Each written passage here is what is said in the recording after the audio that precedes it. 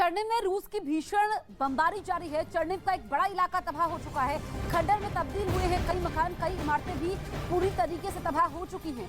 चर्निव में रूस की भीषण बमबारी जारी है, बड़ा इलाका खंडर में तब्दील हो चुका है। देखिए धुआं अभी भी नजर आ रहा है। रेस्क्यू टीमें मौके पर मौजूद है और लोगों का सब कुछ इसमें डूब चुका है, उनका आशियाना उजड़ चुका है।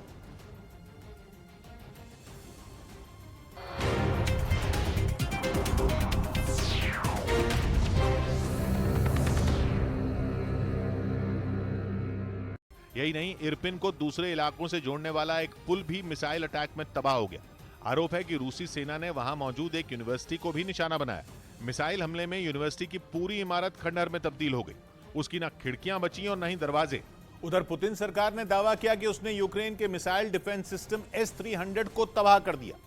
रूस के रक्षा मंत्रालय ने सोशल मीडिया पर इसका वीडियो भी जारी किया, जिसमें यह दिखाई दिया कि यह मिसाइल डिफेंस सिस्टम पूरी तरह कबाड़ में तब्दील हो चुका है। हालांकि रूसी रक्षा मंत्रालय ने यह नहीं बताया कि यह वीडियो कहां और कब का है। इसी वीडियो में हर तरफ सिर्फ राख ही राख नजर आई। ऐसा लगा जैसे मानो कुछ देर पहले वहां जोरदार धमाका हुआ और फिर आग ने इस एयर डिफेंस सिस्टम को तबाह कर दिया। रूस ने बताया कि उसे खुफिया विभाग से इस जगह की जानकारी मिली थी, जिसके बाद वहां यह हवाई हमला किया गया। इस दौरान रूस ने यूक्रेन के कई रॉकेट लॉन्चर और सेना की गाड़ियां भी तबाह कर दी। इसके टुकड़े भी वहां जमीन पर बिखरे नजर आए। इस बीच रूसी सेना पर यूक्रेन के इरपिन शहर में एक चर्च पर बमबारी का आरोप लगा। युद्ध में यूक्रेन का साथ दे रहे जॉर्जिया के एक पूर्व सैनिक ने इस हमले के बाद का एक वीडियो जारी किया, जिसमें चर्च के बाहर का पूरा इलाका बर्बाद दिखा। चारों तरफ सिर्फ मलबे का ढेर नजर आया। रूस के हमले इतने जोरदार थे कि दीवार भी काली पड़ गई। यही नहीं, चर्च के पास कुछ घरों की खिड़कियां भी टूटी नजर आईं। बाहर खड़ी एक कार भी जलकर खाक हो गई। दावा किया गया कि रूस के हमले में कई बिल्डिंगों को नुकसान पहुंचा। उन इमारतों का मलबा सड़क पर पड़ा दिखा। जॉर्जिया से यूक्रेन में जंग लड़ने के लिए आए एक जवान ने इरपिन में तबाही की इन तस्वीरों को अपने फोन में रिकॉर्ड किया।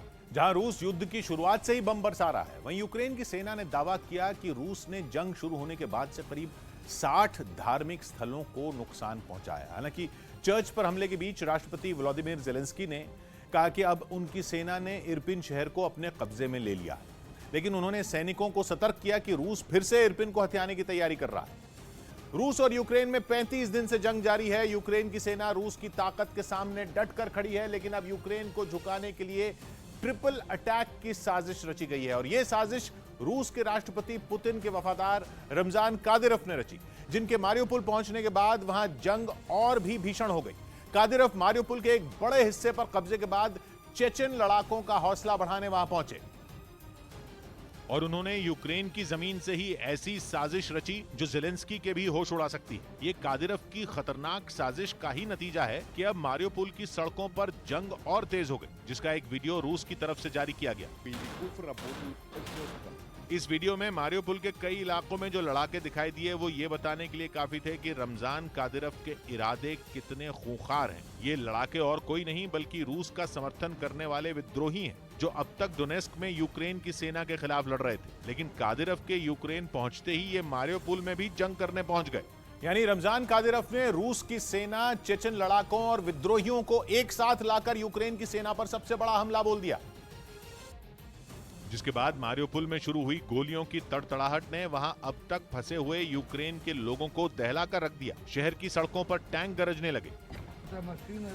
कादिरोव के लड़ाके झुंड बनाकर यूक्रेन की सेना पर टूट पड़े। बताया गया कि रूसी सेना, चेचन लड़ाकों और यूक्रेन के विद्रोहियों के एक साथ प्रहार ने मारियोपुल के कई हिस्सों में यूक्रेन की सेना को तगड़ी चोट पहुंचाई। यही वजह है कि शहर के कई और इलाके ज़ेलेंस्की की सेना के हाथ से निकल गए।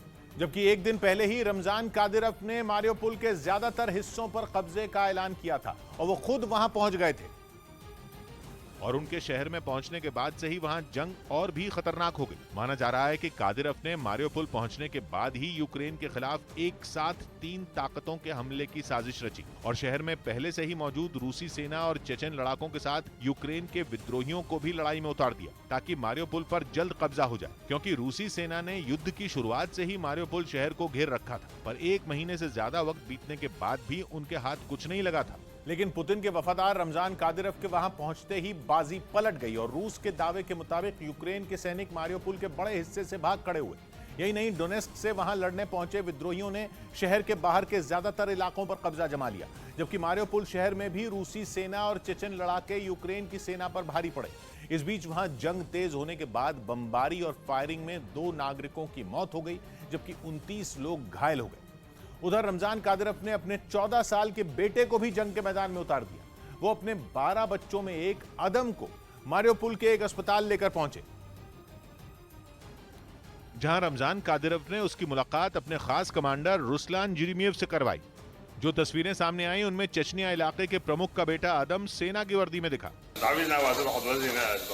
परिचय हुआ तो अस्पताल में भर्ती रुसलान ने भी आदम का हौसला बढ़ाने के लिए उसकी पीठ थपथपाई। रमजान कादिरोव का कहना है कि वो आदम को जंग की जगह पर इसलिए लेकर गए ताकि वो ये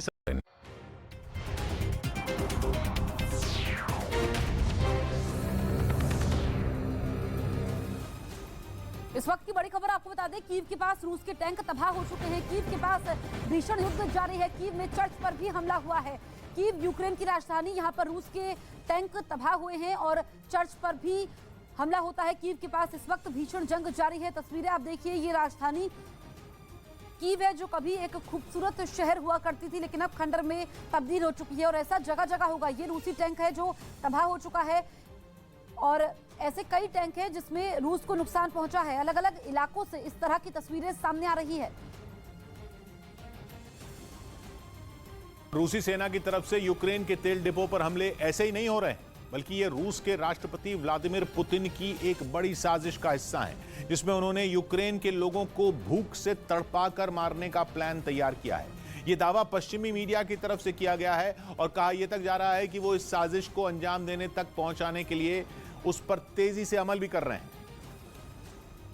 और पुतिन की इसी साजिश के तहत रूसी सेना यूक्रेन के अलग अलग शहरों में मौजूद तेल डिपो को निशाना बना रही, या यूं कहें कि तेल की सप्लाई करने वाले भंडारों को तबाह करने में जुटी है।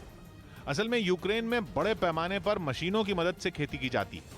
गेहूं के उत्पादन में तो यूक्रेन पूरी दुनिया में जाना जाता है, इसीलिए इसे दुनिया की रोटी की टोकरी भी कहते हैं। लेकिन पुतिन की साजिश यह है कि वो तेल भंडारों को मिसाइल हमलों से बर्बाद कर खेती में इस्तेमाल की जाने वाली मशीनों तक पेट्रोल और डीजल को पहुंचने से ही रोक दें, ताकि यूक्रेन की खेती को बर्बाद किया जा सके। तेल डिपो के तबाह होने की वजह से एक शहर से दूसरे शहर तक अनाज को लाने ले जाने के लिए इस्तेमाल होने वाले ट्रकों को भी तेल की सप्लाई नहीं हो रही है। और अगर ऐसा ही चलता रहा तो वो दिन दूर नहीं जब वहां के लोगों के सामने भूखों मरने की नौबत आ जाएगी। और अगर पुतिन अपनी इस साजिश में कामयाब हो जाते हैं तो यूक्रेन में हालात और भी खतरनाक हो जाएंगे। मतलब ये कि यूक्रेन के सामने रूस के आगे घुटने टेकने के अलावा कोई चारा नहीं बचेगा, क्योंकि तब यूक्रेन की जनता एक एक रोटी के लिए तरस जाएगी। वहां के हालात भी कुछ इसी तरफ इशारा कर रहे हैं। पुतिन की इस खौफनाक साजिश का असर भी दिखने लगा है। यूक्रेन की राजधानी कीव से जो तस्वीरें सामने आईं, उनमें खाने पीने का सामान खरीदने के लिए दुकानों के बाहर लोगों की भीड़ नजर आई। बड़ी संख्या में लोग सामान खरीदने के लिए लंबी लंबी कतारों में अपनी बारी का इंतजार करते दिखे। मतलब ये कि अगर जंग ऐसे ही चलती रही तो यूक्रेन के अलग अलग शहरों में रहने वाले लोगों के सामने खाने का संकट खड़ा हो जाएगा। लेकिन पुतिन की इस साजिश से न सिर्फ यूक्रेन के हालात बिगड़ेंगे, बल्कि दुनिया के कई देशों के सामने भी अपने लोगों तक रोटी पहुंचाना मुश्किल हो जाएगा, क्योंकि यूक्रेन गेहूं उत्पादन के मामले में पूरी दुनिया में 5वां स्थान रखता है और दुनिया के बाजार में उसकी हिस्सेदारी करीब 10% है। इसके अलावा यूक्रेन मकई और सूरजमुखी का तेल भी बड़े पैमाने पर दूसरे देशों को भेजता है। लेकिन जंग की वजह से यूक्रेन के बंदरगाह बंद पड़े और सप्लाई ठप पड़ी। अगर युद्ध लंबे समय तक चलता है तो यूक्रेन से सस्ते गेहूं पर निर्भर कई देशों को रोटी की कमी का सामना करना पड़ सकता है। मिस्र और लेबनान जैसे देशों में तो इसकी वजह से बड़ा संकट खड़ा हो सकता है, क्योंकि दोनों देश यूक्रेन से पहुंचने वाले गेहूं पर ही निर्भर हैं। यही नहीं, अगर गेहूं की सप्लाई नहीं हुई तो उससे बनने वाली कई दूसरी चीजों के दाम भी आसमान पर पहुंच जाएंगे। युद्ध के बीच अमेरिका को पुतिन की एक बड़ी साजिश का डर सताने लगा है। उसे आशंका है कि रूस में अमेरिकी नागरिकों को अगवा किया जा सकता है और फिर अपनी मनमानी शर्तें मनवाने के लिए उनको टॉर्चर किया जा सकता है। इसी साजिश के डर से उसने अपने नागरिकों के लिए नई एडवाइजरी भी जारी कर दी, जिसके तहत अमेरिका के नागरिकों को रूस की यात्रा नहीं करने के लिए कह दिया गया और चेतावनी दे दी गई कि रूस जाने पर उन्हें अगवा किया जा सकता है। यही नहीं, अमेरिका ने रूस में मौजूद अपने नागरिकों को भी तुरंत वहां से निकलने की सलाह दी, जिसके लिए अमेरिका ने रूस में अपनी बास्केटबॉल खिलाड़ी ब्रिटनी ग्राइनर के अगवा होने का हवाला दिया, जिन्हें 1 महीने से ज्यादा वक्त से रूस ने अपनी हिरासत में रखा है और उन्हें 17 फरवरी को मॉस्को एयरपोर्ट पर उस वक्त हिरासत में ले लिया गया था जब वो एक टूर्नामेंट में हिस्सा लेने वहां पहुंची थी। यही नहीं, रूस ने उन पर गांजा रखने का आरोप लगाया था, जिसके बाद वहां की कोर्ट ने उन्हें 19 मई तक हिरासत में भेज दिया था। ये वो दौर था जब अमेरिका लगातार दुनिया को आगाह कर रहा था कि यूक्रेन पर रूस का हमला कभी भी शुरू हो सकता है।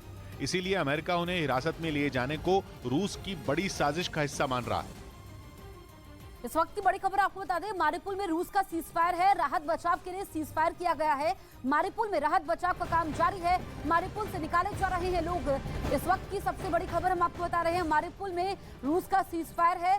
दरअसल वहां पर राहत बचाव के लिए सीजफायर किया गया है। इससे पहले हमने देखा कई हमले होते हैं जिसमें इमारतों को नुकसान पहुंचाया जाता है। कई लोग ऐसे हैं जो अभी भी इमारतों के अंदर फंसे हुए हैं, उनको निकालने के लिए सीजफायर का ऐलान किया गया है। पाकिस्तान में अविश्वास प्रस्ताव पर चर्चा से एक दिन पहले पूरे दिन सियासी ड्रामा चला और खबर आई कि इमरान सदन में बहस से पहले ही हथियार डालने वाले हैं। मतलब वो अपनी कुर्सी छोड़ देंगे। कहा जा रहा था कि इमरान शाम को देश के नाम एक संबोधन करने वाले थे जिसमें वो लोगों से अपने दिल की बात बोलते।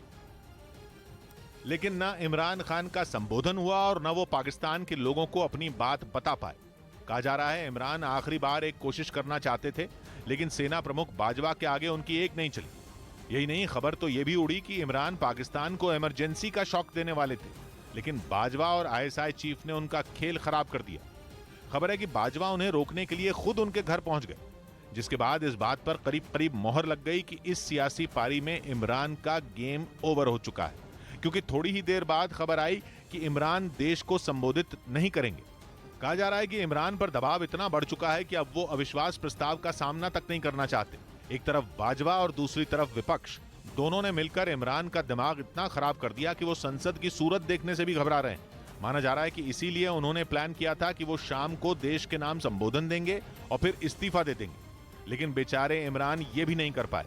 हालांकि उनकी पार्टी के नेता अब भी हकीकत छिपा रहे हैं। आर्मी चीफ की और मुलाकात हुई, ना तो किसी ने उनसे रिजाइन मांगा, ना ही वजीर आजम रिजाइन करेंगे।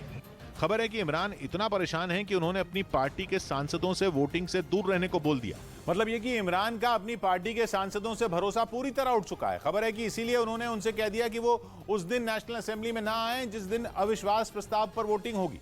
इमरान ने अपनी पार्टी के सांसदों को एक चिट्ठी जारी करके यह फरमान सुनाया, जिसमें लिखा गया कि अविश्वास प्रस्ताव पर बहस के दौरान वही सदस्य बोलेंगे जिन्हें पार्टी बोलने के लिए कहेगी। साथ ही उन्होंने उन्हें यह भी चेतावनी दी कि अगर किसी सांसद ने बात नहीं मानी तो उसे आर्टिकल 63A के तहत दल बदल माना जाएगा और पार्टी के खिलाफ जाने वालों पर कार्रवाई होगी। लेकिन ऐसा लगता है कि इमरान के सहयोगी और उनकी पार्टी के सांसद उनकी बात एक कान से सुनकर दूसरे से निकाल दे रहे, क्योंकि एक एक करके उनके अपने उनका साथ छोड़ रहे हैं और कुर्सी बचाने की लड़ाई में इमरान अकेले पड़ते जा रहे हैं। अविश्वास प्रस्ताव पर बहस से एक दिन पहले पीटीआई की सहयोगी MQMP के 2 मंत्रियों ने सरकार से इस्तीफा दे दिया। पार्टी के नेताओं ने इससे पहले रात में विपक्षी पार्टियों के साथ एक बैठक भी की। मैंने वजारत इंफॉर्मेशन टेक्नोलॉजी के ओहदे से इस्तीफा दे दिया है। MQM ने जैसे ही इमरान का साथ छोड़ा, विपक्ष का हौसला और बढ़ गया। उसने एक साझा प्रेस कॉन्फ्रेंस की जिसमें शहबाज शरीफ ने MQMP को शुक्रिया कहा। वक्त पीछे होगा, पीपल्स पार्टी और MQM आगे होगी। विपक्ष की इस प्रेस कॉन्फ्रेंस में शहबाज शरीफ के अलावा मरियम नवाज, फजलुर रहमान और बिलावल भुट्टो मौजूद रहे, जिनके चेहरे देखकर यह अंदाजा लग गया कि इमरान सरकार की हालत अब गिरी तब गिरी वाली हो चुकी है, क्योंकि उसका दावा है कि 342 सदस्यों वाली पाकिस्तान की नेशनल असेंबली में उसके पास 175 सदस्यों